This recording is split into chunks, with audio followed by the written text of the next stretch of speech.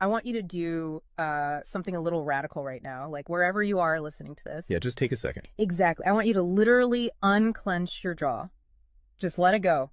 Drop your shoulders. Most of us don't even realize we're tensing up, Right. And look, I don't care if you just finished, a grueling 12-hour shift on the hospital ward, or if you just stepped off a loud, dusty job site. Or even if you're just mentally exhausted from staring at screens all day long. Leave it at the door. It's over. You are officially entering quiet mode. So just take a deep breath. That's the baseline we need for this. It really is. And now I want you to look at the phone sitting next to you, or maybe the smartwatch on your wrist. Every single time that screen lights up, every time it buzzes, it steals exactly 23 minutes of your life. Welcome to the deep dive. It really is a staggering number to confront when you put it like that. 23 minutes Yeah. from one buzz. Yeah, because we tend to measure interruptions in like the seconds it takes to glance at a screen, right? Whoa! We completely ignore the massive cognitive debt we incur the moment we look away from our deep work. And that cognitive debt, that is exactly the central target of our mission today. Okay, let's unpack this. We are exploring The Sovereign Architect's Guide by Chillstar 08. Specifically, episode 6, which is titled Deep Work Dynamo, How to Finish Your Week in 4 Hours. Right. And if you remember in our last deep dive, we talked about installing the drawing those boundaries and reclaiming your personal space. But clearing the space is just step one. It actually reveals a much deeper, much more intimidating problem. Yeah, the void. What are we actually supposed to be building in that silence we just fought for? Because if we don't have a blueprint, the noise of the world is just going to rush right back in to fill it. Oh, for sure. We have this natural horror of a vacuum. The second our schedule opens up even slightly, our instinct is to pack it with activity. We just have to be doing something constantly. Exactly. We are culturally conditioned to equate motion with progress. Yeah. But Chillstar 08 introduces a really brilliant distinction here. She talks about the trap of idling. I love this concept so much. Think about a car engine, right? Mm-hmm.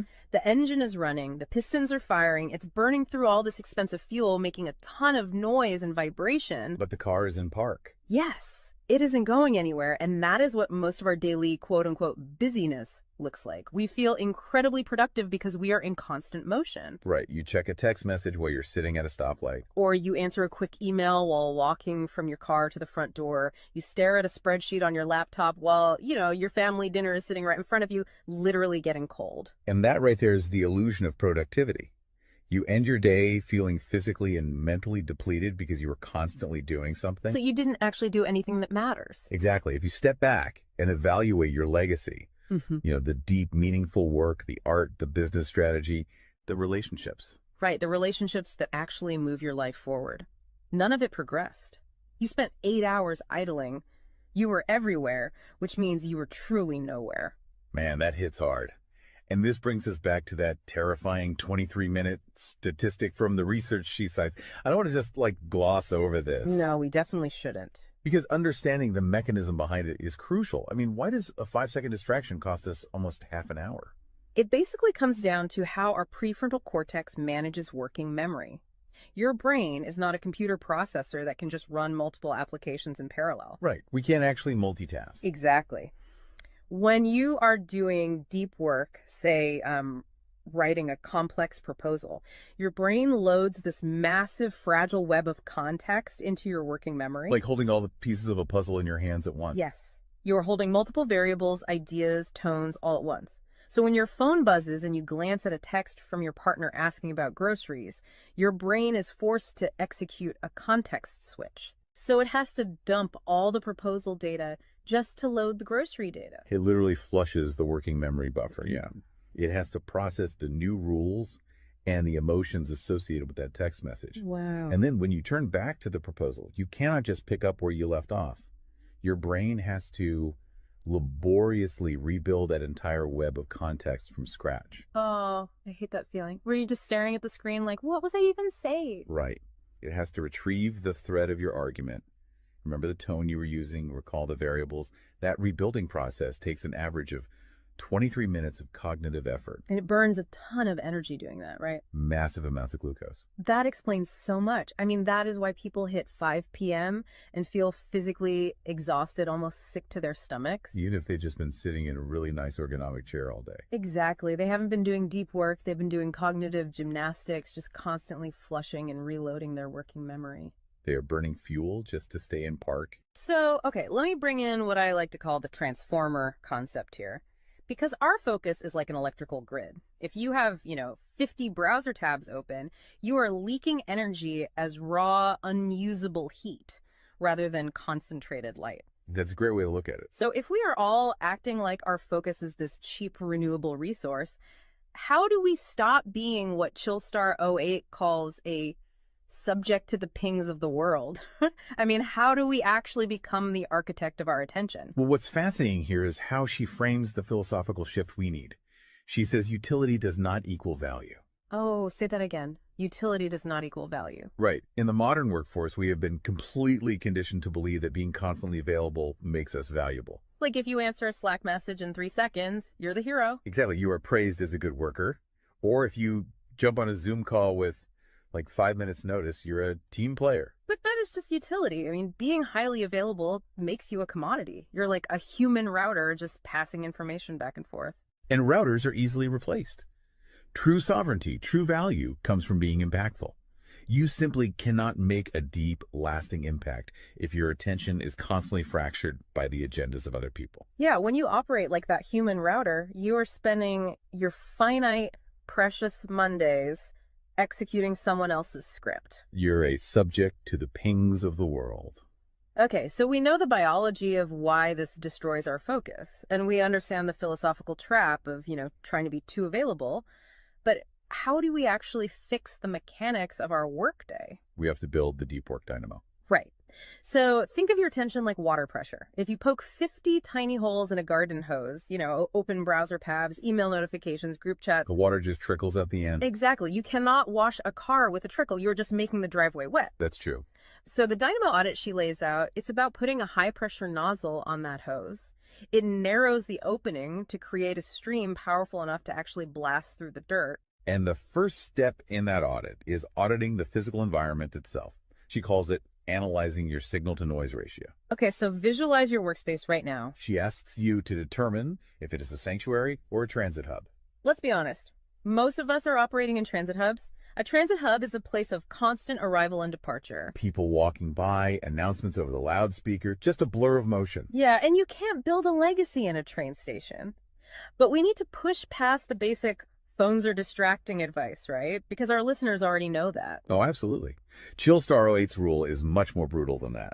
She says if the phone is even sitting on your desk, even face down, it is acting as a parasite on your cognitive grid. A parasite, just by being in the room. The research supports this entirely, by the way.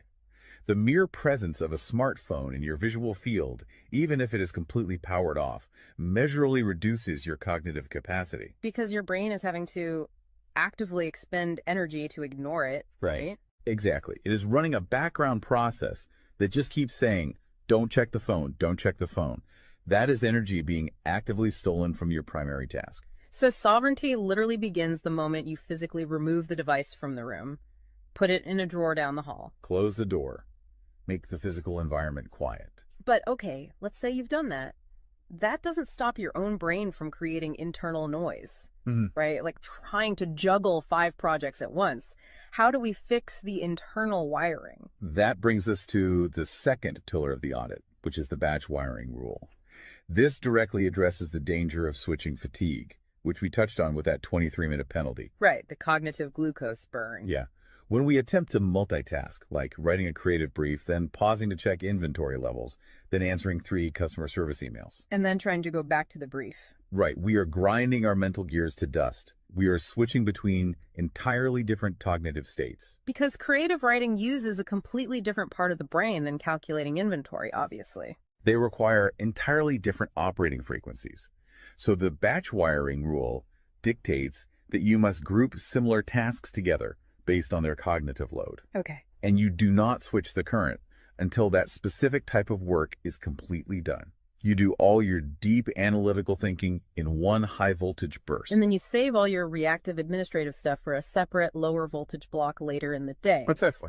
It's all about staying in one gear. Like if you are driving up a really steep hill, you don't constantly shift between first gear and fifth gear. You lock into the gear that provides the right torque and you just ride it out. That's a perfect analogy. But okay, here's where it gets really interesting. This leads to the third pillar of the audit, and this is where I actually need to seriously push back on the source material a bit. She calls this the zero access window. Ah, yes. This is usually where the resistance starts for people. Because it sounds impossible for a normal person. She says you cannot just plan to be focused, right? You have to legally schedule it. You have to lock in one sovereign hour. Yeah, 1 hour where you are legally dead to the outside world. No boss, no family, no, hey, do you have a second for a quick question? Just you and the blueprint. It's extreme, yes. But let's do a reality check here. I mean, I see how that works for a solo digital entrepreneur or a freelance writer, but what about someone whose literal job description is to be available? Right, like an IT support specialist. Or a floor manager, or a nurse on a ward, or even, a parent at home with a toddler. How do they justify just vanishing? It feels like this advice only applies to a very specific, privileged type of worker. That is the most common and, frankly, the most valid hurdle to this entire system. But we really have to look at how the principle scales, and we have to look at the internal psychology of the worker. Okay, walk me through that. First, let's address the context of Chillstar '08's own life. She is not some solitary monk living on a mountain. She is a wife, a mother, and a grandmother. Oh, wow. Okay. Yeah, and she runs a luxury travel agency and a digital marketing business. Her entire professional and personal life is built around communication and client management. She probably receives hundreds of legitimate demands on her attention every single day. So she is really in the thick of it. She isn't just speaking from some ivory tower. Far from it. She implements the zero access window because of those demands, not in spite of them. Now, for the IT manager or the nurse, obviously, you cannot vanish while on active duty if your role is acute response. Right. You can't ignore a burning server or a patient monitor. Exactly. But the principle applies to the deep work surrounding the active duty, the scheduling, the charting, the strategic planning. Even in highly reactive jobs, there is legacy work that gets pushed to the margins. That makes sense. And the challenge isn't just logistical, it is deeply psychological. It's the internal guilt, isn't it? Yes, exactly. People feel like bad employees or bad parents or bad partners when they set a hard boundary. Yeah. We tie our entire self-worth to our responsiveness. We think, if I am not instantly available, I am failing them. Man, that is so true. We feel guilty for taking an hour to ourselves. But setting a zero access window is not about neglecting your family or your team. It is about condensing your high level work into massive, high impact bursts of energy so that you can actually be present later. Wow. Okay. Consider the alternative. If you don't carve out that absolute focus, you end up giving your family or your team partial fractured attention for 12 hours straight. Exactly. You are physically at the dinner table, but mentally you are drafting an email. Or you are sitting on the floor playing with your kid, but you're checking a Slack notification over their shoulder. You are trading constant low quality availability for scheduled high quality presence. It is entirely about communicating boundaries to protect the quality of the time you do give people. You tell your team, look, I am going offline for 60 minutes to finish this crucial report. If the servers literally catch fire, call this specific emergency number. Otherwise, I will address all questions at 11:00 a.m. Right. You aren't vanishing to hide. You are vanishing to get the work done efficiently so you can actually live your life. Which brings us to the ultimate why behind this entire system.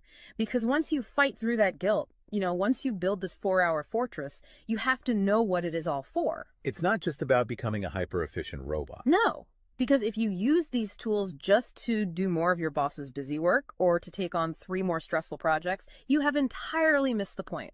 You are just speeding up the treadmill. If we connect this to the bigger picture, the destination we are driving toward is a concept she calls passive magnetism. Okay, break down passive magnetism for us, because it sounds a bit abstract. Think of it as the gravity your work generates when it is undeniably good.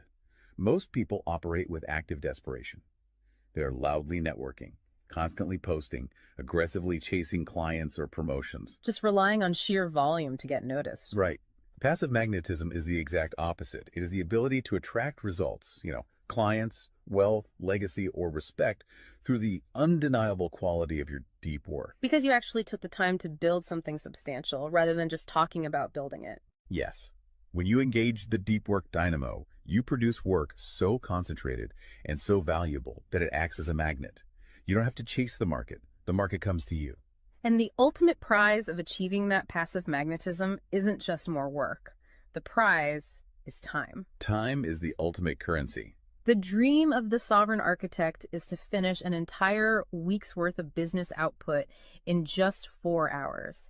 You do this high voltage work often while the rest of the world is literally still hitting the snooze button. You free up the remaining hours so you can go be a traveler, so you can be a creative. So you can be a fully engaged grandparent like Chillstar 08. Exactly. She frames it beautifully in the source text. She says, we wire for silent so we can live in volume. Oh, I love that. We embrace the discipline of the quiet fortress so that our actual lives can be loud, vibrant, and fully experienced. We are finally taking control of the dial. But, making that shift from a frantic, reactive employee to a calm, sovereign creator requires a massive shift in identity. You have to tune your mind before you sit down to do the work. It is really difficult to just sit down at a desk and instantly command your brain to perform deep work, right? Especially if you've spent the last hour navigating traffic and listening to the news. You need a transition ritual to cross that threshold. And Chillstar 08 provides something for this transition called the Chillstar's Creed. It is designed to be a grounding frequency. It really centers you. Yeah, so I want you, the listener, to use this. I want you to imagine a slow, steady heartbeat in the background. Just a deep, resonant 528 hertz frequency. Just let the frequency of these words settle into your mind before you initiate your deep work. Ready? Take it in. I am grounded in peace. I am reaching for my stars.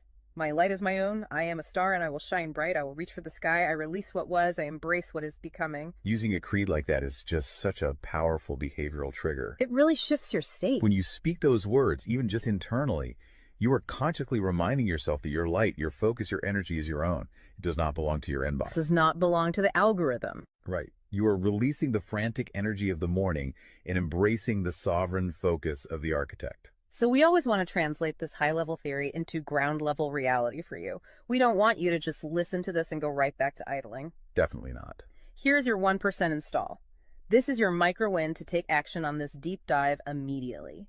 Tomorrow morning, before the world starts demanding your attention, before you check a single news site or open your email, I want you to set a timer for exactly 60 minutes. Put your phone in another room entirely. Yes, physical distance. Do not open any extra browser tabs.